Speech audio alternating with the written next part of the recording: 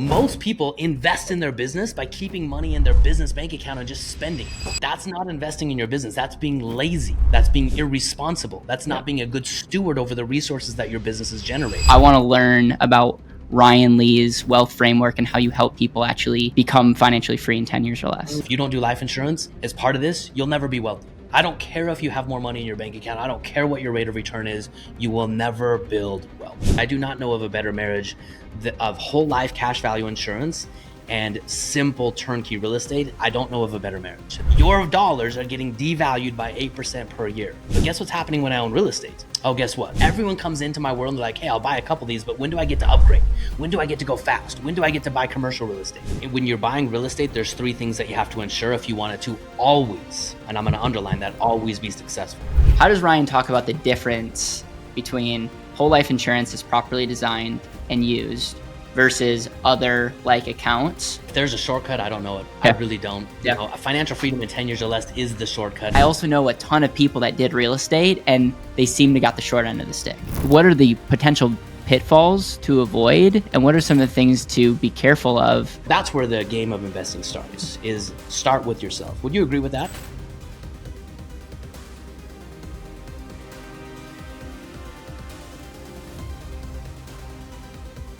Ryan, welcome to the show, man. Heck yeah, Caleb. Such an honor to be with you, my man. We were just talking a little bit off air.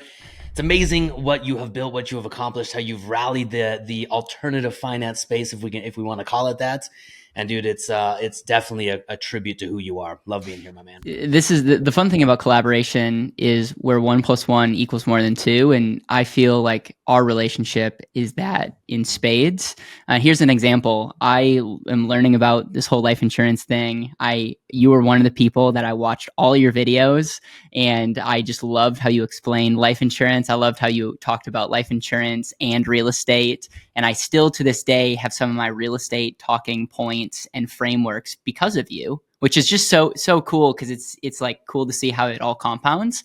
And so the And Asset is a huge brand that we have. And so we have andasset.com, and we have the book, and so you the other day hit me up and said, hey dude, I have a domain, theandasset.com, that you need, and you just gave it to me. And I just again want to just give that shout out, because in a world where you could say competitors, like, we're talking about how we can all benefit. In fact, you spoke at an event that I hosted for competitors, people in our space, and gave some of your best insights of being in the space for 10 plus years. So Ryan, I just want to say thank you. I'm grateful for your friendship. And this is an amazing example of, regardless of what industry or profession you're in, like, become friends with the people that you're in trenches with, and you're going to actually help more people if you believe in the service or product can have a impact in people's lives. So anything that you want to say on that before we jump into this fun conversation, man? I'll tell you what, dude. The longer I've been in business, the more I've realized the power of collaboration. And, especially in our world, the world of insurance sales is kind of a dog eat dog world, right? And so many people try to be the lone survivor, the lone person out there. And that just doesn't work. And for the first 3, 4, 5 years of my career, that's how I was. I was like, man, if you're winning, I'm losing. You're dead to me. I don't want to talk to you. You stole from me if you said anything about insurance, because I invented everything. But that's not a powerful way to do business or life, right? And so the last 5, 6, 7 years, I've really been focused on collaboration. And the more I've collaborated, the more I've attracted the people, both partners as well as friends and as well as clients, that I actually want to work with. But when you're in a scarcity mindset, you pick up anything that comes your way, even if it's not the right thing for you. So I really believe, Caleb, that you're leading what you believe, and you are unilaterally changing the insurance agency, and I love watching it. Yeah. Thank you, man. And I'm just grateful for this conversation. So when you spoke to our group, which by the way, if you are a financial advisor, a life insurance agent in the financial services, we host an annual event. Would love to see you there. Comment if you want more information on that. When you were speaking to our group, you talked about identity, which I love. So why don't you break down that? Because if we had to boil all the things that you've learned into one core idea, I think this is the foundation of what you stand for, and you articulate it so well. Yeah, man. I remember when we were putting together our brand and we were getting ready to go to the marketplace, we had defined results that we could prove that what we do works. And I remember we sat down with brand agency after brand agency, and they're like, hey, let's talk about rates of return. Let's talk about this is better than that. Let's talk about your results versus their results. And man, it just didn't sit well with me. That wasn't what of course, I want to stack A versus B. That's how people can make a portion of their value decision. But really, what at the end of the day, I was looking for a type of person. And what I found is I went back and I looked at the people I loved working with the most. They were driven, they were self starters, they were highly productive people in almost every area of their life. They had been used to winning in the corporate world, in business, with their family, with their fitness, but they never really figured out how to win with money because the entire world that they saw was give your money away to someone else. They're going to diversify it for you, cross your fingers, and maybe one day it's going to work out. But the ones I had been working with that had really resonated with me were ones that were willing to adopt a new belief that they could be the answer to their own problem. They could be the solution to the lack of abundance that they were experiencing in their financial world. And I love that. And so when we sat down, and I can't remember, Darren Hardy back in the day, the compound effect, he was doing some video, and there was a combination of two things, man. I went to Hamilton, the musical, and Hamilton, the entire musical was all about rise up. It was all about, hey, stand up, take a stand. If you don't stand for anything, you'll fall for anything. And it was this idea of rise up. And then Darren Hardy had this whole thing about living free. And I remember those two people were about right in my mind at the same time. And I was like, dude, this is what it is. Of course, we're going to help people achieve financial freedom in 10 years or less. And they're going to measure their results based on that. But that's not what we're doing. We're really helping people rise up and live free. In fact, the only difference between the live free, what they want, and where they're at today is they haven't risen up and taken control over their money and therefore their life. And so that for me has been the biggest value I think that we bring. No one goes on the internet and says, I need a community of like-minded individuals so I can become financially free. But the people inside of our world that have truly adopted the mindset that we bring out, it is this community. It is this idea of rising up and becoming this empire builder, this solution to their problems. And that's what I've loved more than anything. When someone believes, like when someone's mindset changes, the only variable is time at that point. I love that because identity is not something, again, that people are researching. Like, people aren't on YouTube or saying, like, how do I change my identity? They're usually looking at like tactics and strategies, and people are all caught up in those things, which we'll talk about in a second. But at the end of the day, the identity, we call it clarity in building out your living why. You build that out. It's powerful. Question for you: How do you talk? Like, how do we change our identity or make sure that it's rock solid? Because it's one thing to say, rise up and live free. How? Like, what are some of the ways that you help people really own that phrase? Yeah, number one, I mean, you can see I'm wearing a shirt. Everyone inside of our community wears these shirts, and I love it because on the back of my shirt, it says Rise Up, Live Free. And people go out and we enforce and we push and we incentivize and we motivate and we celebrate when someone goes out and does something hard. And man, inside of our community, there are people on top of mountains, people doing ice plunges, people doing things that they once thought were too scary and hard for them, wearing their Rise Up, Live Free shirt. And so number one, the shirt is an outward representation of an inward commitment. And I believe that's very, very important. You have to remind yourself constantly when you're trying to, remap your brain patterns that have been solidified for so many years. So you need a way to constantly remind yourself of who you are. Number one. Number two, community is huge. I'll never forget when I joined Russell Brunson's Inner Circle. Dude, I still don't know how to market. I'm still trying to learn all of the ins and outs and ups and downs of marketing, but I'll never forget the first couple of years I went into his Inner Circle. I was like, drinking all this Kool-Aid of what it means to market and use funnels. And every year Russell has this award, right? And it's the 2 Comma Club Award. And every year I'd go to his events. I'd watch all the people walk across stage and get this 2 Comma Club Award. And in my mind, I was telling myself a story. That's not for me because fill in the blank. I sell life insurance. No one's going to buy life insurance through a funnel. That's silly, but I'm going to go celebrate these people. And I remember the first year I was celebrating, oh man, look at a health person, a nutrition person, a fashion person, whatever, all these people getting their award. The second year I was a little bit agitated. I'm like, man, these guys are getting awards. Why are they getting awards and I'm not? I was a little bit agitated. The third year, I was like, man, if I got to either quit or I got to figure this out for myself. And I'll never forget, there was this dude, okay? He walks across stage. He had cut off sleeves. He was probably 70-ish. He was retired. and he didn't have enough money, right? He didn't have enough money to make ends meet, and so he developed this hot dog cart stand, right? You push a stand and sell hot dogs, and he sold hot dogs to make ends meet to cover the shortfall in retirement income, right? And he thought to himself, hey, guess what? There's probably other senior citizens like myself who need extra money, and so he developed a course to teach senior citizens how to make a couple hundred thousand, a couple $100, a couple $1,000 a month to sell hot dogs.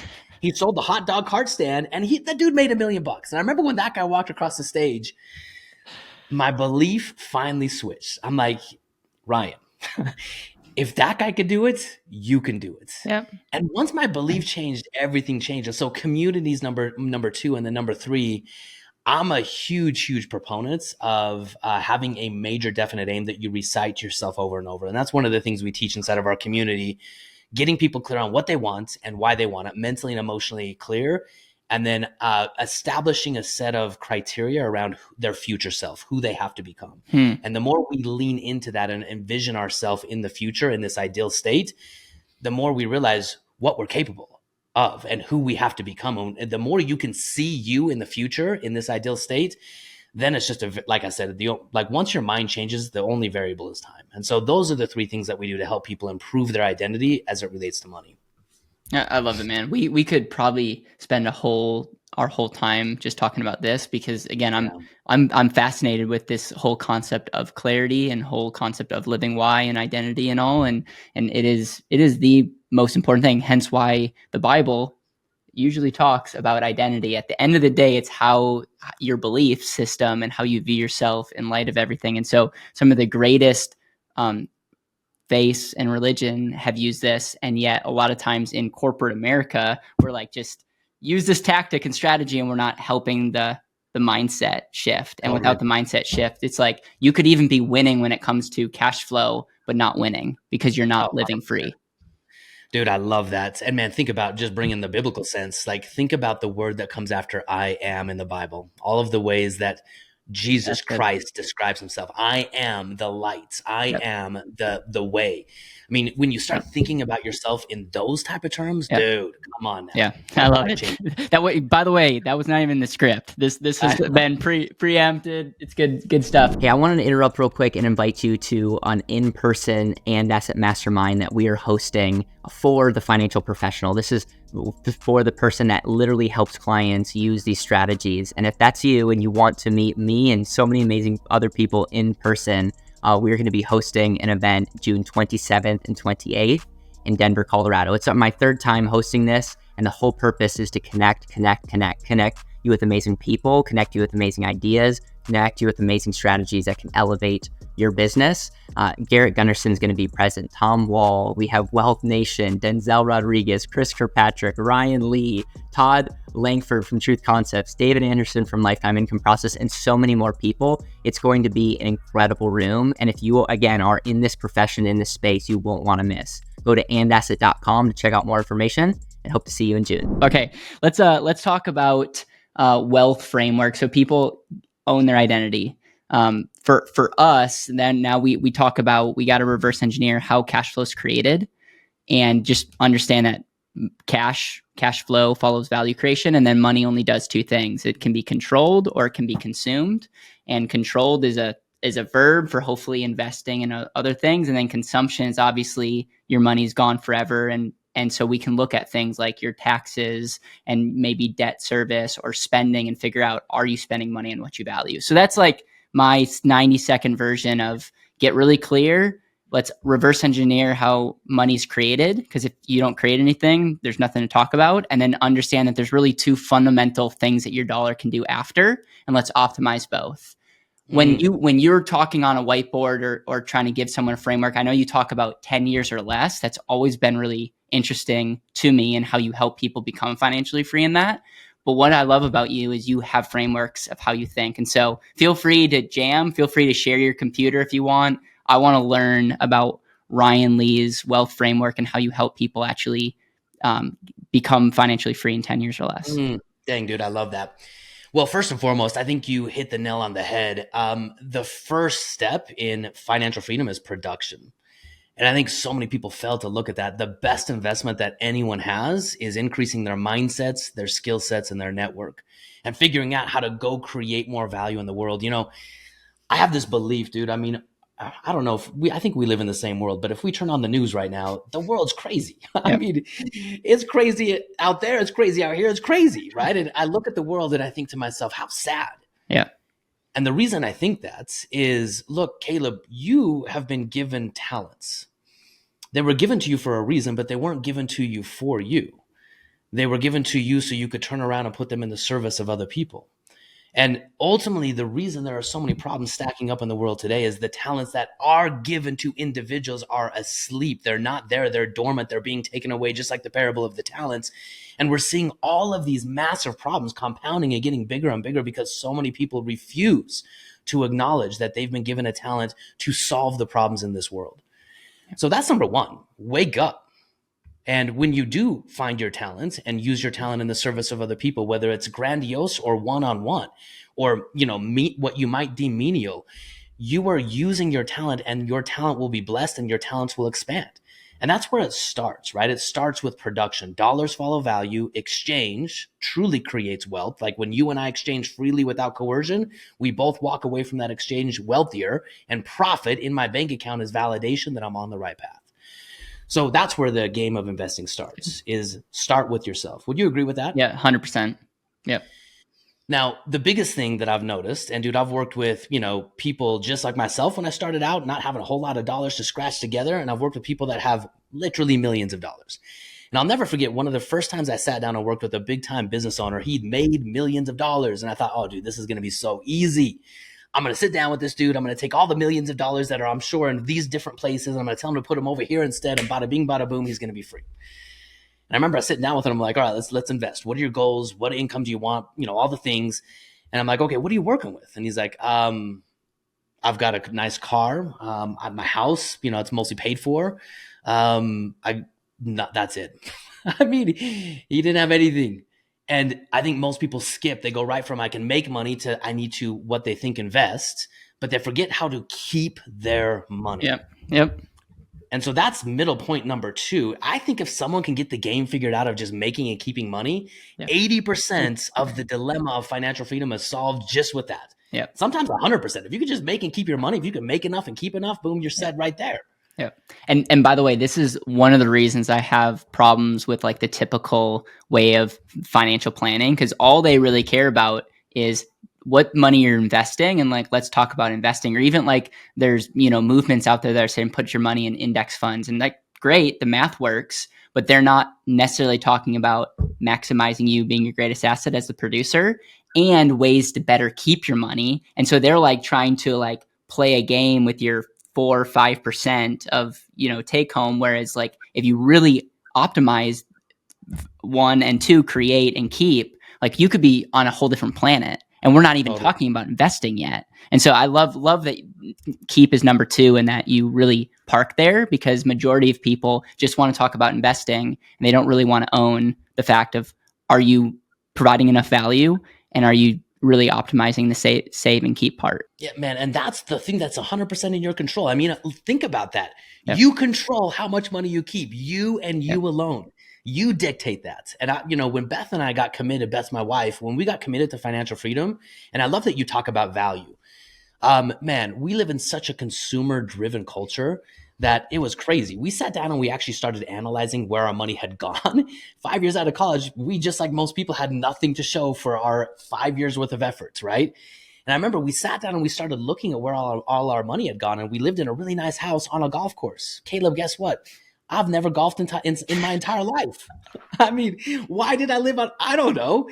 We both drove really nice cars, and guess what? I don't care about that. Yeah. And it was really interesting. So we did a lot of work on each other's values and our core values together. And we realized we both value things a little bit differently. And so sometimes when we would have fights about money, we weren't really fighting about money. We were fighting about each other's values. We just didn't click in my mind. Like when I would tell Beth, why are you spending money on sweaters? You have 5 of them. She values that. She values the way she's presented in the world. For me, that's not a value for me, but I love, drinking my special drinks, right? My potions. Yeah. And so that's a value for me. And so Yeah. anyway, like once we got clear on what we valued, we both gave each other permission to spend there. Yeah. And we stopped allocating dollars to things that we don't value. And we Yeah. actually increased our budget on vacations, on adventure, on Yeah. experiences. And it added so much value to our life rather than spending money on frivolous things, thinking happiness was right around the corner of the next acquisition. Man, we started to find happiness in aligning our money with our actual value. So that was a huge thing for us. Man, we could probably go off on that for a Yeah, I long mean, time. I think that, let's continue. That it's good stuff, spending money on what you value. Because another thing that I appreciate about you, because you're probably very similar to me. Would you say that when you first started, you were kind of like a miser? I know I can relate to that of like, we're not spending a dime. And then they're just the more people I've been interacting. A big shout out to Garrett Gunderson. He really helped shift my mindset around this. It's just like, okay, I want to be intentional about how I spend. So I have invested more into experiences and things, but it's been intentionally. But it's interesting because I feel like you and I are similar in that, but I feel like there's a lot of people that are the opposite. Like you need to we could have the conversation about living intentional, but that's just your excuse for just living it up. So what is your way of helping someone figure out like, yeah, let's spend money on what you value, but like if you're buying 100 sweaters at the cost of X, Y, and Z, what's your way of saying like, is it a budget? Because a budget's kind of a bad word, but it's like, how do you figure out what category you can spend on yourself and what I call consumption, and then what is not supposed to be, is supposed to be kept for future investing? Yeah, I love that, man. So we actually divide ours into two categories, goals and values. And as long as I'm on track for the goal that I have as it relates to my investing in the time frame that we've set that goal to be achieved by, then that is the permission to say I can now go spend more money on what I actually value. Now, Good. I can evaluate that and say, hey, I set a goal to achieve financial freedom in 10 years, but I actually want it in 5. Now, if that's the case, I would allocate more dollars to pull the future forward. But if I'm okay with the trajectory I'm on in the time frame that I'm on, then I should have the permission to give more, to live more, and to align my money with the values that I have today. So that's number one. And number two, dude, Beth and I still do this. We make 10 times more money than we made when we first started. But and I don't want to say every Sunday, but at least 2 Sundays a month, we go on a finance date or a finance sit down or a finance walk, and we just evaluate where our money's going. It's so crazy how easy it is to let money go. And we just evaluate, hey, we spent money on these things. Can we actually remember why we spent money on those things, good. why we put that money there? And dude, it's so fun because when you give every dollar a job, here's what you're actually doing. You're honoring the future, your future self and your goals, and you're honoring the time that you've already traded. I mean, those dollars represent, think of what you had to do to have $1 in your bank account. You had to go to work, you had to pay your taxes, you had to pay all of your bills to be left over with that single solitary dollar. And when you spend it frivolously, you are dishonoring all of the work that it took to create that dollar. And so, man, it's so powerful when you and your spouse can align on your financial goals together and reconvene and talk about it frequently. Ryan, it's very rare that I go back and re-listen to conversations, and this one is going to be something I re-listen to because how you just articulated goals and values really resonates. Because I've never liked someone telling me you need to save 20%, you need to save 10. Like it's like, who are you? Like why am I taking advice from you who don't even know me? Like you're just telling me like a baseline. But I love this because some people might be in a season of like, hey, you got big goals. You need to make decisions. I might quote Dave Ramsey. You got to live dialed in and potentially decide to eat rice and beans if that's where you want to go. It's not like the whole millennial Gen Z, like, oh, I have goals, but I can't go without X, Y, and Z. And so like that's really like, I love that. And at the same time, like always evaluate your goals because you might have a goal of being financially free in 5 years, but maybe 8 years and maybe live those 8 years. And it's Yeah, like, but it's like it goes back to values. And it goes back to everyone being different. But I really do believe that those are the two areas. And I love that retirement's not one of those. It's not like retirement is just like, that's my thing. It's goals and values. And so I'm going to definitely break that down and figure out how that gets added to the Better Wealth framework, because I think that's love so that. powerful. Well, dude, here's another thing I've kind of learned over the years, both living it and leading it. I've realized that one of the biggest detriments in retirement is it's this destination, Yeah. right? It's this idea that we're going to put money and we're going to put goals aside for the future, right? And we're hoping that that future, that one day will come. And because we have no control in most cases with the way people, allocate their money, that future just kind of gets faded further and further into the background. But financial freedom is the exact opposite, right? When Yeah. you understand cash flow in alignment with expenses, financial freedom is a lifestyle. And there have been several points in time inside of Beth and I's life that we've decided consciously and intentionally to increase our expenses. Yeah. But before we ever did that, we went back to the investor side of things and said, okay, we want to build a new house. That's going to increase our expenses X dollars a month. Before we do that, even though we can, before we do that, we're going to stay in alignment, congruent, and we're going to stay in integrity with financial freedom and go increase our cash flow first. And that's been one of the most powerful understandings for me, is that financial freedom is a lifestyle. There is no end, there is no destination. And Yeah. the more abundantly I can live that lifestyle today, the more I can constantly choose, do I want to increase my expenses because I like traveling longer and more expensive? Or Yep. the biggest key word here inside of financial freedom, and this is one that's been virtually lost in the American vocabulary, is you have to define what enough is for you. If you don't define enough, you'll constantly chase. You'll Yep. constantly be waiting and looking for the next thing. But man, Beth and I so many times have found complete fulfillment in enough. And for those seasons of life, we don't need or want more. And if we decide that we do want more, then it's very intentional. What is the trade-off and is it worth it? It's good. I might need to take that Enough is Enough workshop by Ryan Lee. I definitely feel like sometimes being a type A driver, Yeah. that'd be a good thing for me to park on. So we talk about you being a producer. We talk about keeping money, talk about goals, values, and I don't want to put words in your mouth, but like, you spend money on your values. That's lifestyle, consumption, but you're hopefully consuming in a valuable way. And then goals, what I would imagine would be the third step in the framework. And you have a channel and I believe a domain called Wealth Outside of Wall Street, You um, got it, my man. which you probably take a lot of shots. It doesn't take a genius to wonder like, oh, I wonder what they mean by that. But like in the third aspect, or what's the third aspect of this? Is it buying assets? Is it becoming financially free? You've talked about cash flow like 10 times. So talk to Yeah. me about your framework of, I'm now going to invest. What does that look like? Well, I think the first thing we have to start off with is, and words matter, right? The words that we say define the way we see the world. And I think today we've been tricked, whether it's by Wall Street, whether it's by the education system, or whether it's just a forgetting of what once was true. Like, if I came to you, Caleb, and I said, hey, man, you've got $100,000. Do you want to go invest it or do you want to go speculate it? When I say the word speculation versus investing, I mean, what are you thinking of, right? You're not going to go speculate it. And if you are going to speculate it, you're likely going to go right to Vegas to do it, right? But think about this for a minute. Speculation, the actual definition of that word is parting with capital, something you've traded your time, effort, and energy for, with the hope of capital appreciation. That's speculating. Sounds a lot like Now, investing. dude, that's what people are mistaken for. Now let's define investing. What investing is defined as is parting with capital with the expectation, not the hope, but the expectation of safety of principal and an adequate return in the form of interest, dividends, or rent.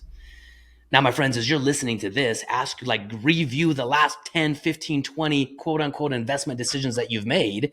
And were they speculating decisions or were they investment decisions? And 97% of people out there have been duped thinking that when they put their money in XYZ fund, they're investing. But all they're really doing is they're speculating. Now, will they end up with more money than they started with? Maybe, probably, but it is still a speculation. And so I'll never forget for me, Caleb, I'm a type A person. I'm super goal driven. And I'll never forget when I graduated college. I'm a high school dropout, if you didn't know that. And so graduating high school for me, or not graduating high school, graduating college was a big deal for me. And I remember when I got my first paycheck, I had to move my new wife. We moved from Utah to Arizona. It was hot. I didn't like where I lived, but it was, corporate world, right? And I remember I got that first paycheck. And this is back in the day when they would still hand you a paycheck in an envelope, sealed. And I could see a little shiny check in there. And so I waited to the end of the day. It was going to be this symbolic moment of, oh my gosh, Ryan, you've arrived.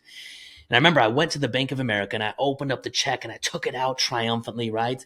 And I looked at it and I turned it over a couple of times because there has to be a mistake. Where's all the money? And I remember I looked at it, and after, taxes and insurance and deductions and all the things came out, I made less money as a college graduate who had just moved my new wife, and she's pregnant now, to a new state than I did as a side hustler paying my way through college. And I remember there was a little voice that just started to sound the alarm in the back of my head. And it said, you should just quit now. Now, my wife's pregnant.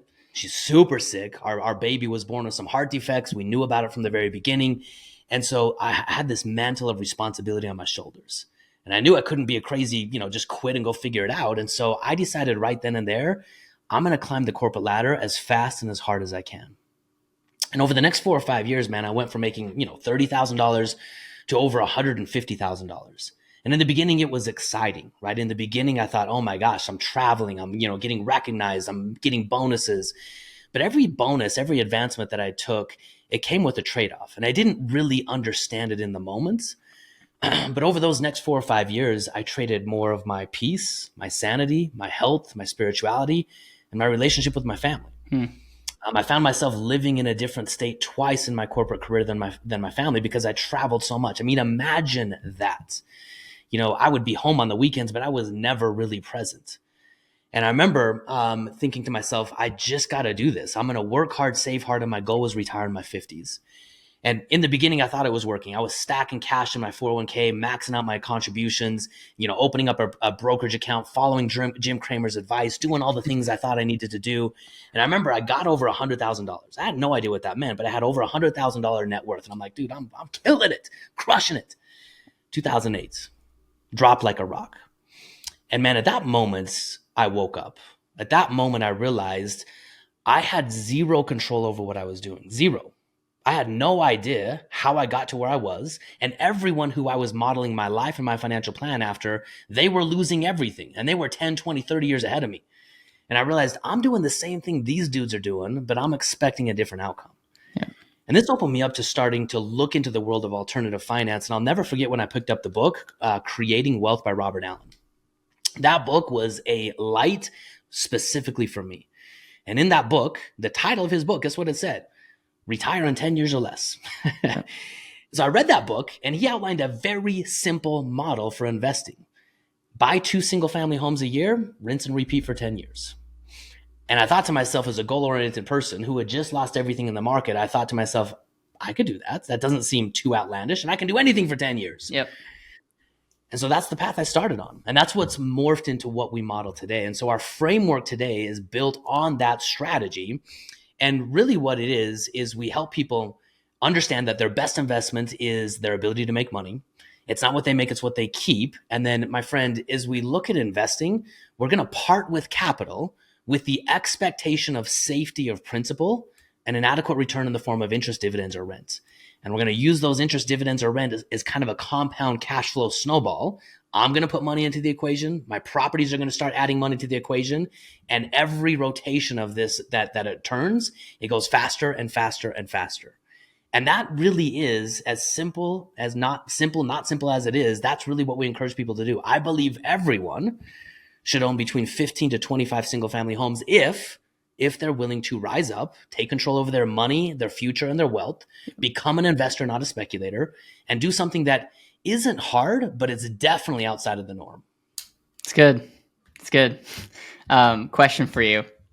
I feel like that was like you're on here and I just took us way down here. So apologize for that. What is your thoughts on entrepreneurs investing back in their business? That can be like, I have thoughts on that. Number one, think it's a good idea. Number two, I think it's an amazing excuse because people say I'm investing in myself and there's nothing to show for it. When someone comes to you and you talk about, okay, you know, don't devalue the producer, which is yourself. There's some people that, you know, investing in real estate could potentially take them away from producing more. How do you help someone make that decision? And how do you help entrepreneurs say, hey, listen, like, yeah, you could invest in another person or double down, but you should quote unquote diversify by doing real estate and all. So how do you navigate that? Because I'm sure you see people all across the board when it comes to this. Yeah, man, that's such a phenomenal question. And here's the thing, I'm gonna qualify what I say. There isn't a right answer. It's Yeah. not like this is the way it should be done. There's an answer, and then you have to qualify that is it the right answer for you, right? Yeah. But here's what I've found. I think we as human beings, we get especially entrepreneurs. Like entrepreneurs are the worst with this. We think active income is passive income because oftentimes we love what we're doing, Yeah. and we would do it even if we didn't have a boss or we didn't have expectations. We just get up and we do stuff, right? That's what we do. But at the end of the day, unless you have income that's independent of your active efforts, you're not financially free. I don't care if you can go make $100,000 tomorrow. If your ability to put money in your bank account to fund your lifestyle is directly derived from your active efforts, you might make a lot of money and you might be able to support a lifestyle for now, but you're not financially free. And that's okay, but it's just a realization. So at some point, you have to have an exit strategy. And that exit strategy could be scale my business and sell it. It could be scale my business, pull out enough money to save it and generate an income stream elsewhere. But if you don't have an exit strategy, then your business ends up owning you. And here's the number one model I've found as a business owner that helps me invest in my business consciously is I take money out of my business. Let me give you an example of this, okay? So I build a business that, number one, I want my business to pay me to do a job. So every single month, just like everyone else in my business, I receive payroll, right? Yeah. And that payroll is meant to keep my lights on. It's meant to keep me out of scarcity. And if I don't have a business big enough or solid enough or capable enough of giving me the income that I want, build it. That's when you reinvest in your business to do that. Yeah. So I pay myself a salary, but then every quarter, I do what's called, both Brad and I, we do what's called King's Cash.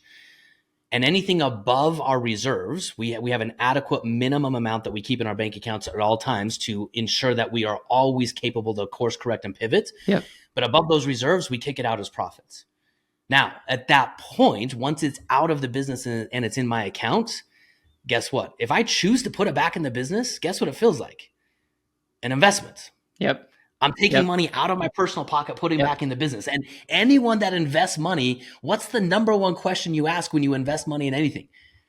When do I get my money back? Yep. Have we ever asked our business that?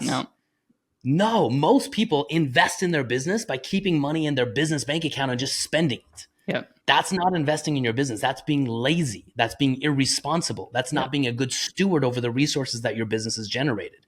So when I do invest in my business, I do it as a conscious investor. Yeah, I'm putting money in my business. I'm writing a note to myself and I'm ensuring that I get paid back in the adequate return in the form of interest, dividends, or rent. And when I do that, I'm way more conscious about what I invest in, how I'm going to get my money back, and when I'm going to get my money back due to increased profitability. It's good, man. I super appreciate this, and this is why I love talking to people that are thinking differently, that have put a lot of time into thinking about frameworks and processes, because you have a way. Like, I love the King's Cash, and it's like you can put it back in the business, but now you have a different expectation than keeping it in there. So it's like a lot of people, including myself, have money in the business, and there's less accountability in that. Whereas if we take it out and then make a conscious decision, there's that higher awareness and accountability, which there's never an area where I regret having more accountability in your life. Like, there's never like, oh, I have too much accountability when it comes to my diet or working out, or like, that's never something that I regret. And so I love that. I think it drives more creativity too, because every time I go to reinvest in my business, guess what I ask myself? Can I do it differently? Is money going to solve the problem, or is ingenuity going to solve the problem? And sometimes it's money, oftentimes it's ingenuity. And so it's interesting when people say they're investing in their business, man, I call them on the carpet all the time, because how many businesses fail? Almost all of them. Why do they fail? Because people live out of their business bank account thinking they're investing in their business, but 5 years later, they're out of business. That's good. That's good. Well, I'm definitely going to have you back on. I'm going to put some thoughts together around that, and we'll have like part 2, because I think there definitely could be a deep dive, potentially a future book on this concept, because I don't know of a lot of people articulating and doing that well. And there's a lot of people that I think could benefit from just us fleshing that out more. Let's talk about life insurance and real estate. So we talk about you have your producer, you're keeping it, and then you're investing. And you put a really clear definition of investing versus speculating, which I appreciate, because I think if we just say investing, people don't know what that means. So you identified in investing, which I appreciate. You have like a life insurance combination as a part of that in some cases, not all cases. I'm wondering if you can explain why life insurance, and then how you use life insurance and other activities. And I just feel like, again, the way that you articulate things, very valuable, and would benefit just hearing it from your mouth. Love that, man. And dude, Caleb, I think you and I think the same way. This is why I had the and asset domain way back in the day. Well, right? we Because think the I'm like, same way, dude, or I just learn from really smart people. How's that? You're a no, few man. years older than me, so I read your book and I was like, dude, this guy gets it, man. He gets it. Because look, at the end of the day, I don't know of a better marriage. I really don't. Now, it requires an active mind to make this work, but I do not know of a better marriage of whole life cash value insurance and simple turnkey real estate. I don't know of a better marriage. And so here's the way I think about it. Wealth is a function of time. And I see this all the time in the world of real estate investors, all the time.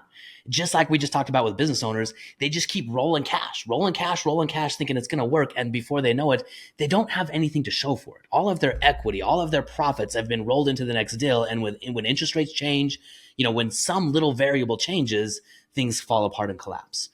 And so the way we build our strategy is, look, you're going to make money, you're going to keep it. We're going to build up cash value, and we're going to store all of our reserves for our business, for our personal life, for our real estate portfolio. We're going to store it all in there. Then in addition to that, we're going to leverage the value of our policy. And this is what gets all these infinite bankers in trouble, right? Because when you're an infinite banker, you're the borrower. And what does a borrower think? Give me money, right?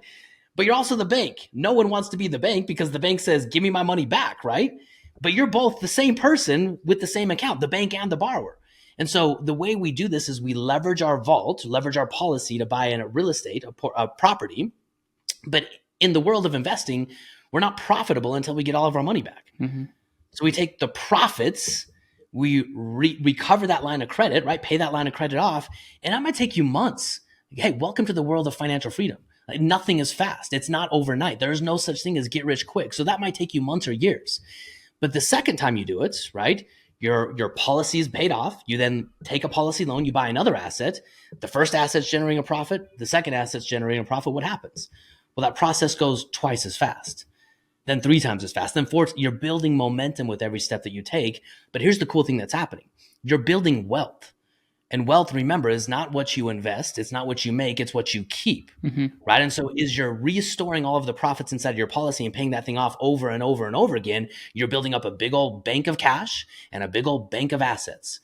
And one of the coolest things about owning real estate is I truly believe in the world that we live in today. We've always lived in this world. It's just more acutely felt right now.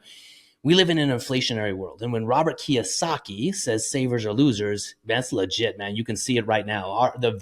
The value of our dollar is getting decimated and destroyed. And I don't care what sorry, dude, I'm get crazy on this, but I don't care what the White House says. Inflation's not 3%. Like, just look at the last 25 years. The M2 money supply, the money injected into the world has been on average 8%. If you look from all the way back from Bush to Biden, or Bush to Obama to Trump to Biden, 8% per year new monetary supply on average over a 25-year period of time. So your dollars are getting devalued by 8% per year. But guess what's happening when I own real estate? Oh, guess what? It's going up with inflation. It's a hedge against inflation. I've aligned my money with economic forces. So anyway, long story short, when you're ready to take income from your policy or from your portfolio, one of the best ways to do it is real estate. It's not a flat line. It's not straight, right? There's some months where things are killing it. There's some months where, hey, man, had some make readies, had some volatility. It cost me some money. And imagine retiring on a real estate portfolio. It's very difficult. Good months, bad months, but it's hard to plan a life, right? But if you have a policy with a bunch of cash value in it, so let's say you've got $500,000 of cash value, the way we think about it is it's a reservoir. And here in Utah, when Utah was first founded, there was a couple thousand people here, had a bunch of snow, but all the snow ran off the mountains, into the rivers and down to the lakes and eventually to the ocean. But when the early settlers came to Utah, they built reservoirs. And what does a reservoir do? It captures all of the rainfall, all of the snowfall, all of the melt off, and it holds it. Today, Utah supports hundreds of thousands, millions of people, but it's the exact same precipitation that we get. Yep. And it's the reservoir that accommodates the even distribution of water throughout the season.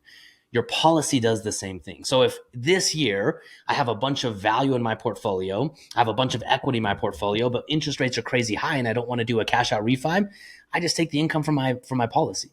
No big deal, all tax free, all private, don't report it, live my lifestyle. Next year, maybe my portfolio, maybe interest rates are still high because the Fed hasn't got it under control yet. And so I don't take a cash out refi. I don't take equity from my portfolio. I don't take cash flow. I just kind of roll it all back into the system. And I take the income from my policy yet again. But then in year 3, when things are in a better situation, I might go back to my portfolio, pull the hundreds of thousands of dollars of equity that's there, realize my profit instead of keeping it on a balance sheet controlled by the bank, realize it, replenish my reservoir in my policy, and boom, repeat the process. So we combine cash value with real estate together to both grow a portfolio and to fund an adequate form of passive income as an element of financial freedom.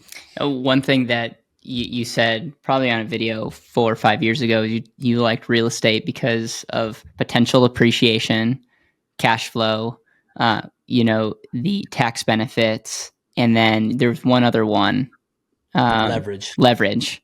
And as an asset class, that was like boom, because there's other asset classes out there. But even in business is hard to necessarily get a bank to leverage. Like they don't like giving money for your speculative investment idea, but they'll they have certain tools and products all day long as it relates to real estate. And so that's what makes it a good asset class. And I don't know if you have anything else that you want to say on that. Yeah, I mean, imagine this, dude. Everyone's chasing a good rate of return, right? I mean, They think that's what they need to get free. But here's what I've found.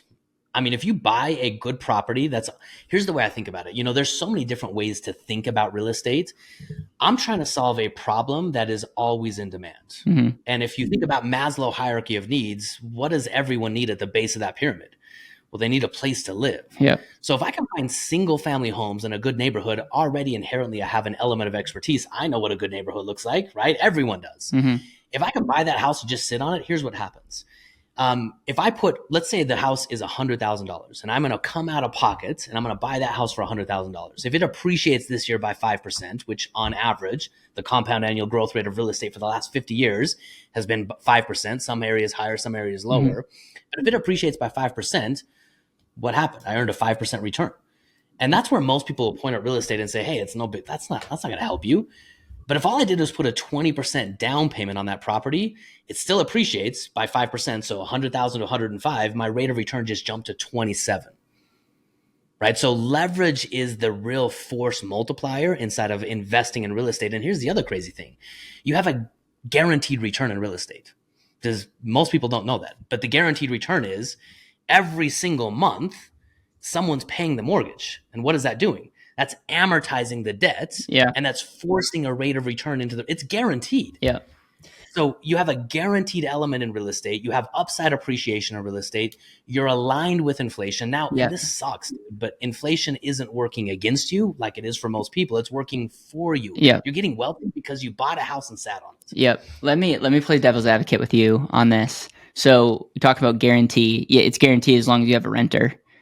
And what we'll do part 2, and we'll just watch TikTok videos of people selling high ticket courses on Airbnb stuff and all. And again, like I have people that are, they read Robert Kiyosaki's book, Rich Dad, Poor Dad, and they go invest in real estate and they're looking at this and going, what the bleep is going on? Like, what happened kind of deal? Because again, their identity wasn't an investor. It's not that real estate was the problem. They were the problem. But you obviously have a process and you teach people and there's a lot going on.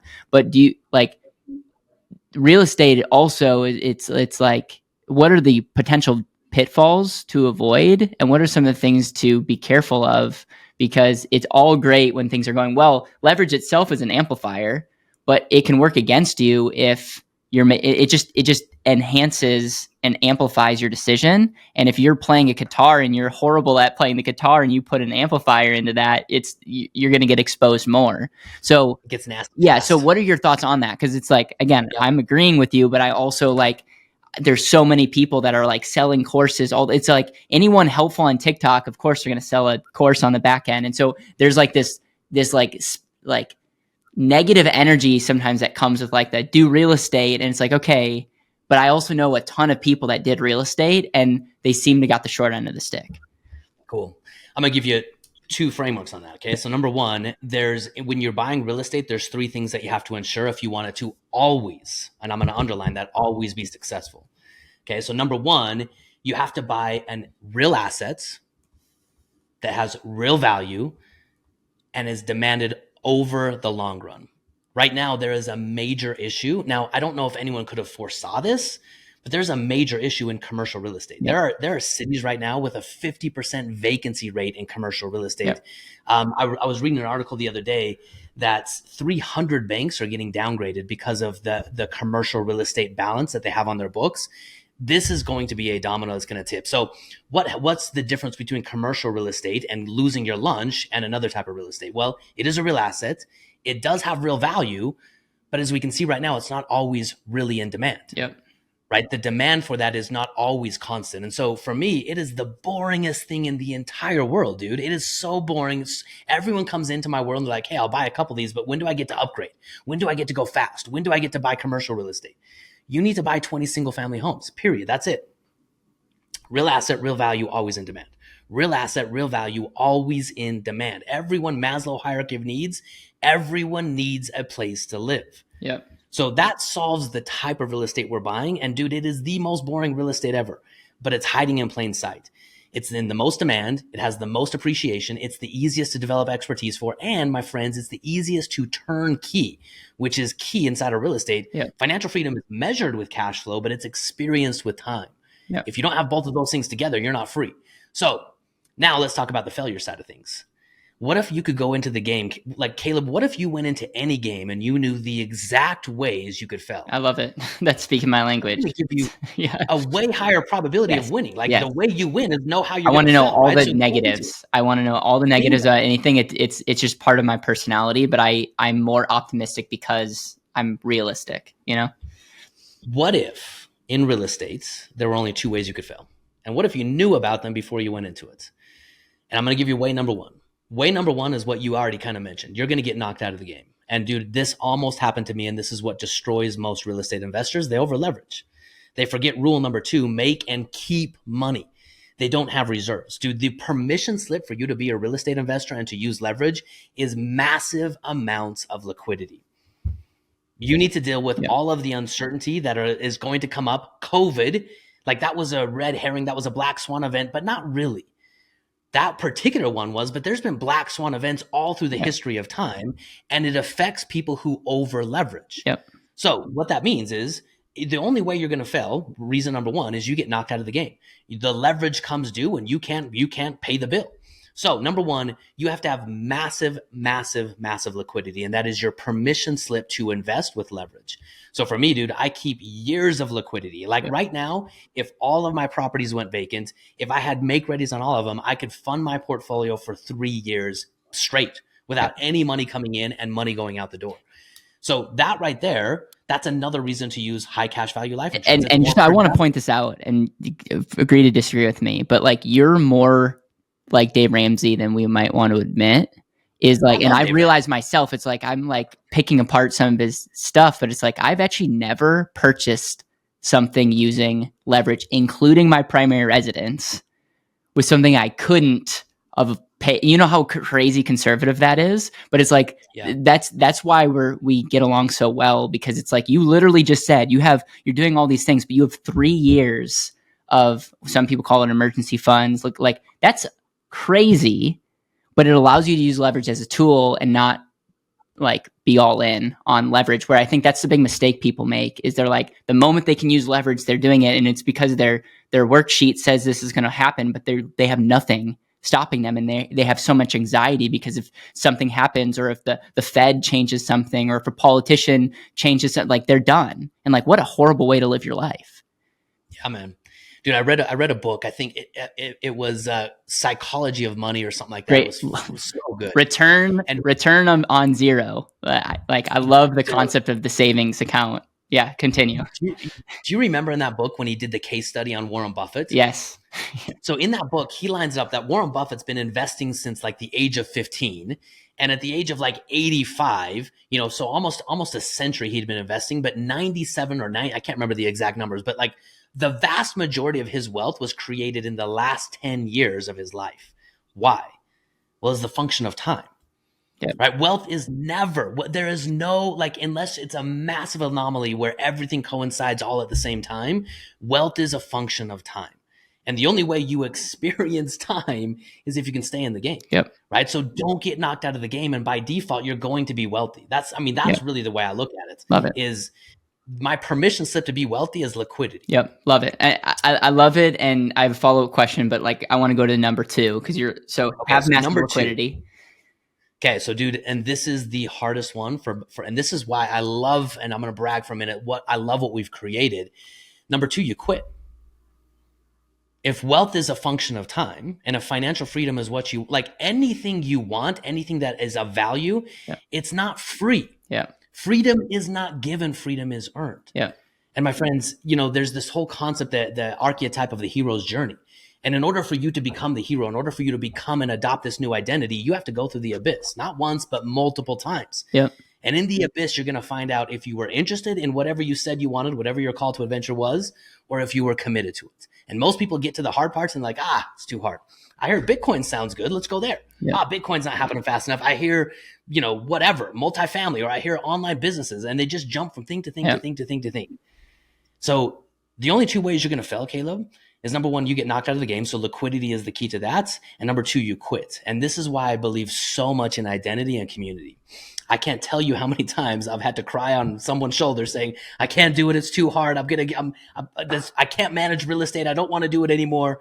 And someone comes back to me and they said, hey, I'm just going to remind you what you said you want. Yep. Do you remember the documentary with Jordan? Dude, it was so crazy. When Jordan was talking about the championships teams that he created, there was a point in that documentary where he got emotional.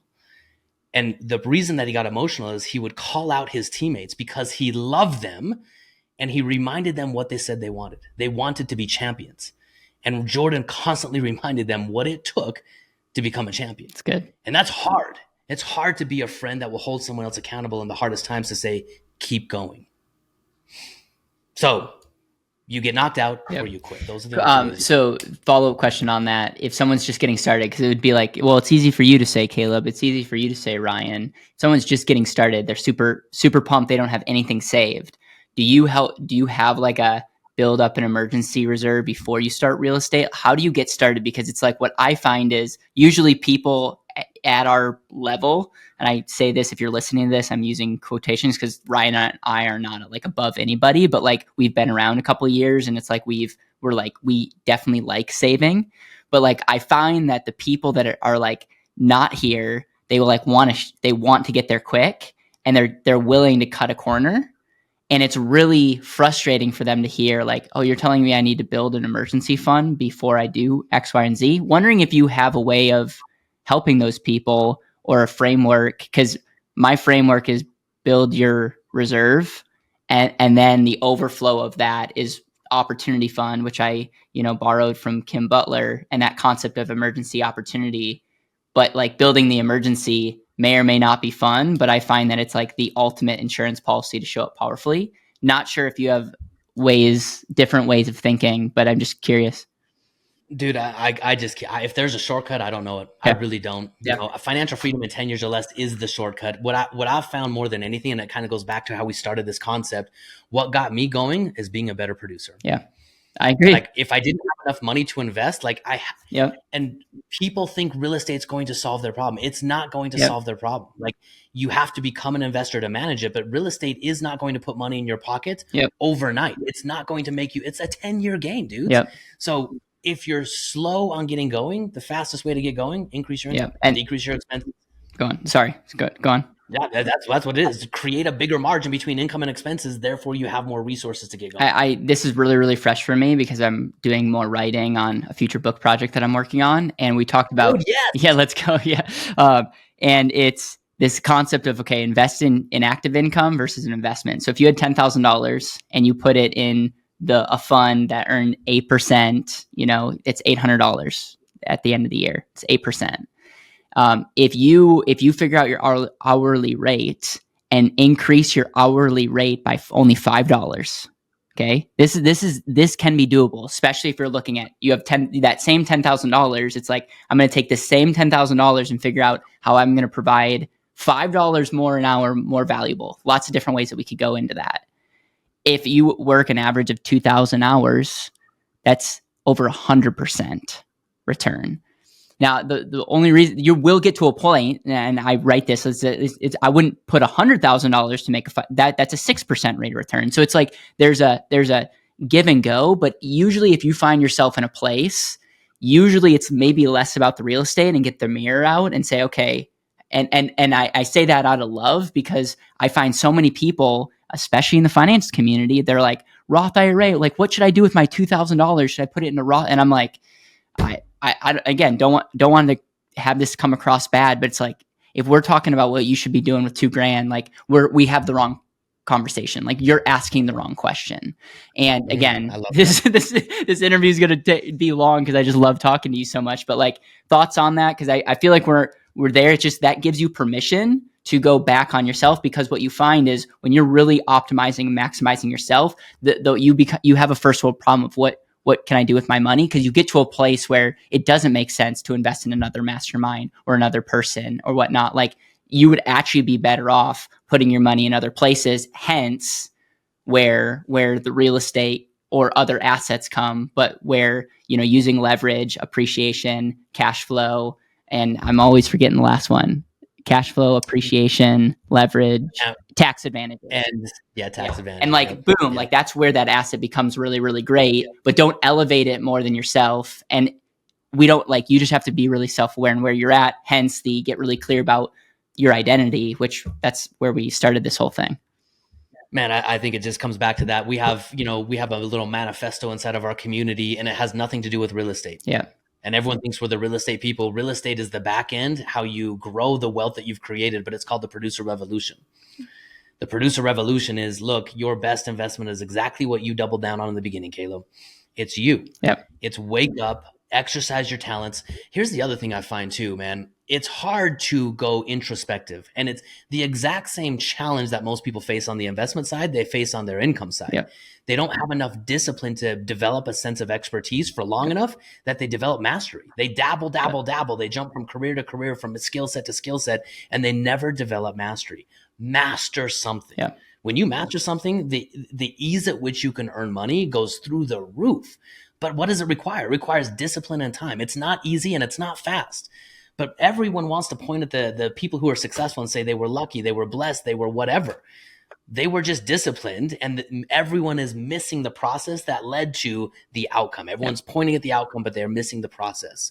So, man, the producer revolution is exactly what you mentioned. Invest in your mindsets, your skill sets, and your network. That's how you make money faster than anything else. Last thing, then we'll wrap this up. We talk about life insurance, and you talk about that as a reservoir. You talk about that as a place where you save money, emergency opportunity, invest in real estate, and then just how that it becomes like a perfect financial marriage. Not financial advice, not investment advice. Don't sue Ryan or I. We're just talking on a podcast. We don't know anything. But no idea.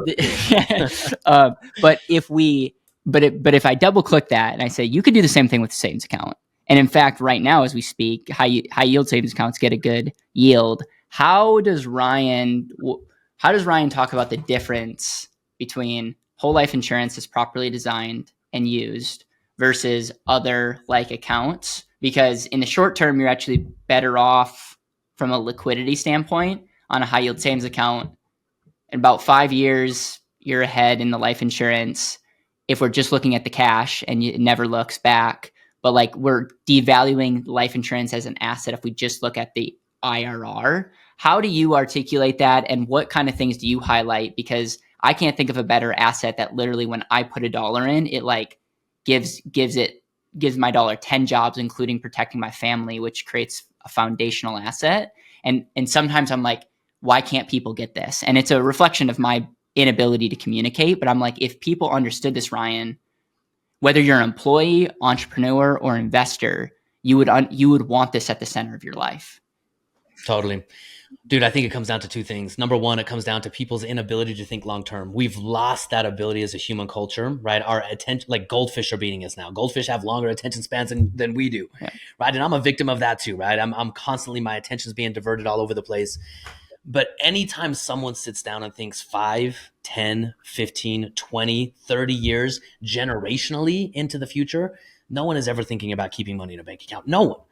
And so when we get, nitpicky on the minutia of what's better today and what's better over the next 30 days, that means we have very short-term thinking, and it's likely you'll never build wealth. So in the concept of wealth, we have to take a step back and expand our time horizon. Over a long enough time horizon, for sure, insurance squashes a bank account 100 times over. So that's really number one is, and people that won't think long-term, they're not going to be good stewards over a life insurance policy because again, just like in real estate, they're going to get knocked out of the game or they're going to quit. They don't have the discipline to ride it out to make it truly what it can be. So that's number one. Number two, Caleb, you've been doing this now for years. 6 years, 6+ years. Dude, Yeah. I just hit 12 and it's crazy, dude. And these last 4 years, my mindset has just been massively expanded with the breadth and the importance of the work that we do. I shared this at your event last year. I've had four of my clients pass away now, 4 of them. And every single one of them were unexpected. Every single one of them were premature. Now, I don't know if you ever die right on time or die in an expected way. But man, the last couple of years, as I've been sitting down with the spouses of these, people who have passed away, guess what? We didn't talk about the cash value. We didn't talk about the real estate portfolio. We didn't talk about the investment criteria. We talked about the death benefit. And in that moment, it was the only thing that mattered. And I'll never forget the last one that passed away on me. He was diagnosed. Dude, I had to wrestle this dude. And it was crazy. He wanted to invest in real estate. He's like, dude, skip the life insurance. I'll come back and do the life insurance. Let's do the real estate first. I'm like, dude, I'm not working with you. Like, unless you're going to follow the system, I'm not working with you. It's just, I'm not. This is not a la carte. This is not pick and choose. This is financial freedom in 10 years or less. And so I forced him to do the life insurance, and it was crazy. He did not want to do it, but he did the life insurance. And over the next 4 years that we worked together, that was the only thing he did, right? Life got busy. His business got insane, and he never had time to revisit the real estate. And over the next 4 years, he kept putting money into the life insurance, kept, intending to revisit his game plan, buy the real estate, do all the things. But after 4 years, he gave me a call one day, and I'll never forget that day. And on that day, he said, hey, Ryan, remember the vault, because that's what we call a life insurance policy. Remember the vault that we set up. Remind me about the death benefits. So we walk back through the most important part of the entire thing that we set up that is the most under considered in the moment, because of course we're all superheroes and we're going to live forever. Yeah. And over the next year, as he had a brain tumor the size of a tangerine. It was removed from his head and he died a year later. And dude, he literally sent me a text message the night before he died. And I mean, we communicated the whole time, the whole year he was fighting. I would sit down with him and his wife. We mapped out their financial plan, with the death benefit being the number one asset that was left behind, because he had enough foresight to protect his family when they needed it the most, even though he didn't know it. And he sent me a text message right before he died, and it was so hard to get that text message because I was an answer to his prayer. And I'm so grateful for that, because the only thing I did is hold strong to what I know is right and know is true. And I could have helped him do real estate, and he could have had an adrenaline rush of getting a little bit higher return in the short run, but he never would have created wealth. And man, that dude, like, that was a confirmation to me. And I've been on a warpath. Like, I have come back harder than ever on the value of life insurance. And if you don't do life insurance as part of this, you'll never be wealthy. I don't care if you have more money in your bank account. I don't care what your rate of return is. You will never build wealth. And so, dude, there's no other way around it for me. And I do get accused. I 100% know that this is my personality. I am very focused on what it is I do and how I do it. And there's not a lot of people that want to step in that laser focused type of a mentality. But those who will, I promise you, you will experience all forms of wealth: abundance, finance, mentally, emotionally, legacy, everything that comes with life insurance at the foundation. Ryan, I'm going to end it here. There's nothing I can add to, you know, nothing I can add. Thank you for sharing that story. I think it's there's people we fight with every day. It seems like, and it really comes down to they just put a D value on ensuring their greatest asset. And I've only delivered one death claim in my short time being in the business, and that that conviction increases like a rocket ship because we realize that we're all going to die, and life insurance is just one of those things that we can think with the end in mind. And yeah, I forget who said this, but it's like you're going to build these amazing things, but if you didn't and you have this set up properly, you can quite frankly just ensure that value in the form of cash, which is just one form of value, influence, fulfillment. But it's something that can be really powerful if we're going to have the audacity to say that we're going to be wealthy and build wealth for our families. And so thank you for showing up. Thank you for jamming. I'm fired up for where you're going. I'm grateful for you as a friend. I'm hoping my audience will go subscribe to your YouTube channel. Is it Wealth Outside of Wall Street? Yes, sir. We'll Appreciate you, have my that. man. We'll have that in below. We might even have that in the title. And then if there's any other resources that you have, we'll have that down below as well. Ryan, is there any final thoughts or words that you have as we wrap this up? So anyone that's listening on your channel and following Caleb, man, you are in the right spot. If there's, when I say your best investment is mindset, skill set, and network, man, I cannot imagine a better place to be than this place right here. The And One Asset community. Caleb, what you've built is phenomenal. You're teaching people to think like producers, to be intentional. I love, love, love that you've built that word intention. That is the purpose of life. We get one shot at this thing, my friends. Live it up, live it big, and be intentional.